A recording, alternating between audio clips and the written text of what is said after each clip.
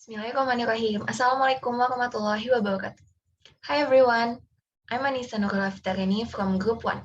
And now, me and my friend, we are going to presenting about communication skill. This material will be important to you, so just keep on watching. The members are me, Anissa Nurulaftareni, Audia Kirani Rahmawati, Haidar Bagir, Muhammad Jihad Al-Ghifari, Sakina Aisyah Rozika, and Salsa Laksmitasari. What is communication? Communication is the act of giving, receiving, and sharing information. In other words, speaking or writing and listening or reading. Communication can be one-on-one or between groups of people, and can be face-to-face or through communication devices. Good communicator is able to listen carefully, speak or write clearly, and respect different opinions. Why communication is so important in life? Communication is very important in our lives because communication is the center of lives, and we communication in everyday my life. And with this communication, it can affect social and future success. For example, one can communication with each other to exit social. 3 benefit in carrying out communication purpose. 4 always make it easier in everyday my life. When might I need to use effective communication skills? To make improvements to your communication skill, set personal goals to work through the things you want to accomplish step by step. It might be helpful for consult with trusted colleagues, manager, or mentor to identify which area will be best to focus first. Where can communication take place? Communication can be done anywhere and will definitely be used anywhere. For example, in business, in academic, in family, or in relationships. And why? Because communication has a function to get an understanding between two or more parties who exchange information. This information will of course be used anywhere and anytime, so communication can be done anywhere as long as there are two or more people who interact with each other. And next, who are the actors in the communication? Communication is carried out by anyone who interacts or exchanges information. Communication can be done by at least two people. One way of conveying that cannot be judged as right or wrong is because there are many ways to convey something so that it's easy to understand, such as arranging the right sentence, choosing vocabulary, using speech intonation, both voice and punctuation, or small talk to create a sportive atmosphere. And this element is also a statement that supports the why element that has been described previously. A good and proper communication always have goals, and this is some of the goals for communicating. First, communication can be used to change behavior. This will require strategy to encourage individual or community to change their behavior to be more positive and beneficial for both parties. To change an individual or community behavior, the approach must be sustainable and acceptable. Second is to get action. What distinguishes powerful speeches from the ordinary speeches? They mobilize people to action. These speeches come across as authentic, passionate, inspirational, and innovative as they provide important cues to take action. And next is to ensure understanding. The burden of clarity in communication is always on the communicator. That is the person who is committed to the mutual understanding that must occur in order for effective communication to actually take place. When we communicate, we are persuading. We are persuading them to listen, accept, comprehend, and etc. If they do not accept the message, they act by either voicing their opinion or ignoring. When you have their attention, the stage of persuasion tends to emulate the stage of perception and acceptance. And the last one is to exchange information. There are a variety of clues to gather meaning, not only verbal or written information, but non-verbal behavior as well.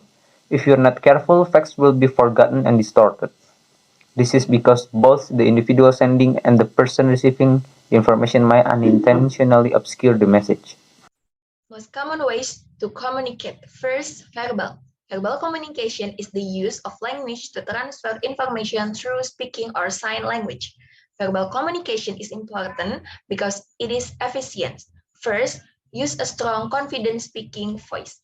Second, use active listening. Third, avoid filler words.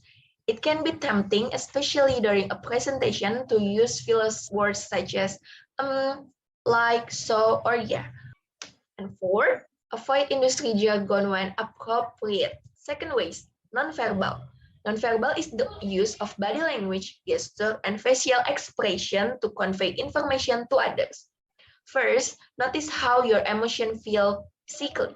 For example, if you're feeling anxious, you might notice that your stomach feels tight.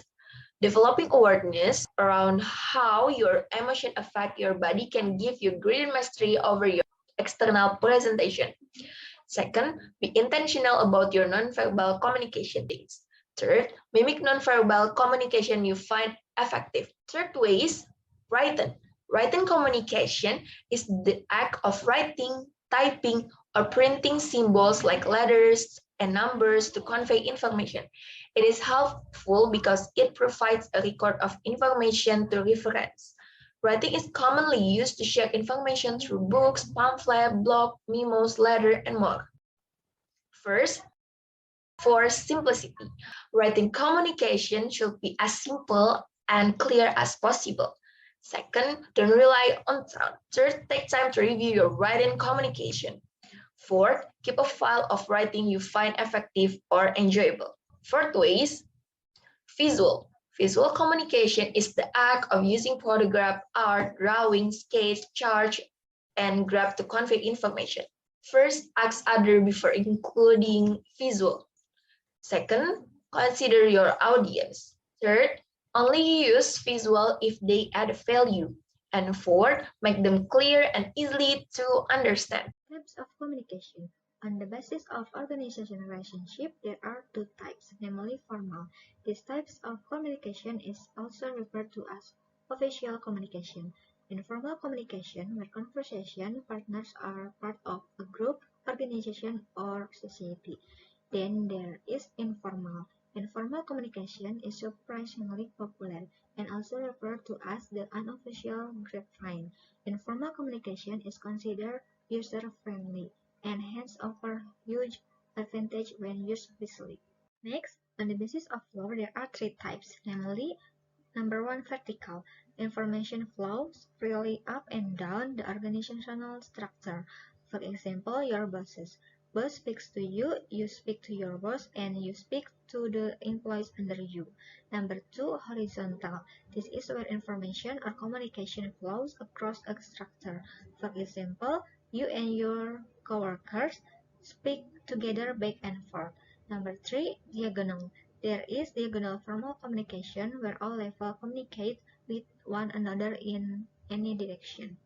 Next, on the basis of expression, there are three types, namely, number one, oral. Oral communication implies communication through mouth. It includes individuals conversing with each other, be it direct conversation or telephonic conversation. Number two, written. Written communication is a form of verbal communication and can take the form of anything you write or type such as letter, emails, notes, text, and billboards. With written communication, it is important you know your audience, your purpose, and maintain consistency throughout your written message. And the last one is gesture, nonverbal transmission and reception of messages by means of body movement. Sign language is an example. In receiving messages through listening, we requires concentration and energy, involve a psychological connection with the speaker, includes a desire and willingness to try and see things from another's perspective, and requires that we suspend judgment and evaluation. Barriers to communication. Even in the same workplace, different employees will have different linguistic skills. As a result, communication channels span across the organization will be affected by this. Second, psychological barriers. There are various mental and psychological issues that may be barriers to effective communication. Some people have stage fear, speech disorder, phobia, depression, or anything else. All of these conditions are very difficult to manage sometimes and will most certainly limit the ease of communication. Third, emotional barriers. A correct mixture of emotion effect is necessary for effective communication. Emotion like anger, frustration, humor can blur the decision-making capacities of a person and thus limit the effectiveness of their communication. Fourth, physically barriers. There are the most obvious barriers to effective communication. These barriers are mostly easily removable in principle at least. They include barriers like noise, closed door, all the equipment used for communication, closed cabins, or anything else. Fifth, cultural barriers. Different cultures have different meanings for several basic values of society. Dressing, religion, or lack of them, food, drink, paths, and the general behavior will change drastically from one culture to another. Six, organizational structure barriers. In any organization, there are many ways to communicate. Not using a proper communication system or using many different communication systems may create difficulty to deliver the message correctly. Seventh, attitude barriers. Being too introvert or extrovert can create barriers to effective communication. Throwing tantrums or egos during a conversation is a way that makes other people uncomfortable. It reduces the transfer of meaningful message. Eight, perception barriers. Having different points of view on a matter can create barriers to effective communication.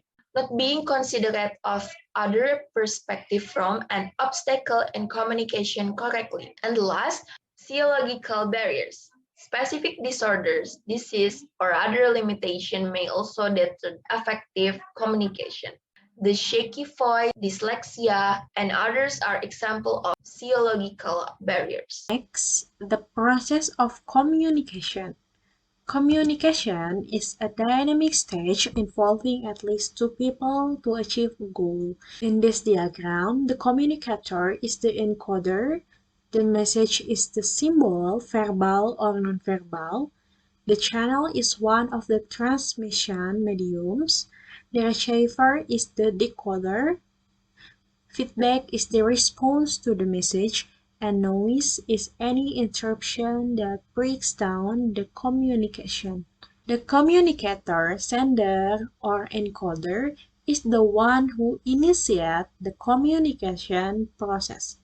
A communicator may be an editor, a reporter, a teacher, a writer, or anybody who takes the initiative to start the dialogue. Encoding is the formulation of message in the communicator's mind. A message is what a communicator actually produces for transmission to occur. A channel is a vehicle through which a message is carried from the communicator to the receiver. The receiver is the recipient of the message and must have the same intonation as the communicator. Feedback is the response or acknowledgement of the receiver to the communicator's message. The exchange is possible only if the receiver responds.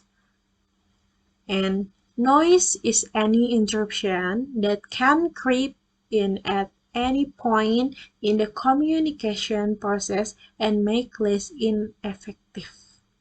Communication code scheme is an important thing because in this case there will be a communication can be formed. The communicator will perform the introduction, encoding, or entering the code in the form of symbol or translate into word or non-words as seen in the illustration on the left. It can be seen that if we initial Miss A talking to Miss B produce a certain code, when we look at the process, first, Miss A shows her drink and tells Miss B that is a choice. And second, the process catches from Miss A's mouth to her ear Miss B, which is referred to as sending a message. Then Miss B will respond by understanding that what Miss A said is the truth. So something that Miss A wants to convey to Miss B is successful. Are a few things to keep in mind, such as message. Message can be regular and irregular. It can also be informative, material, economical, service, and aesthetic.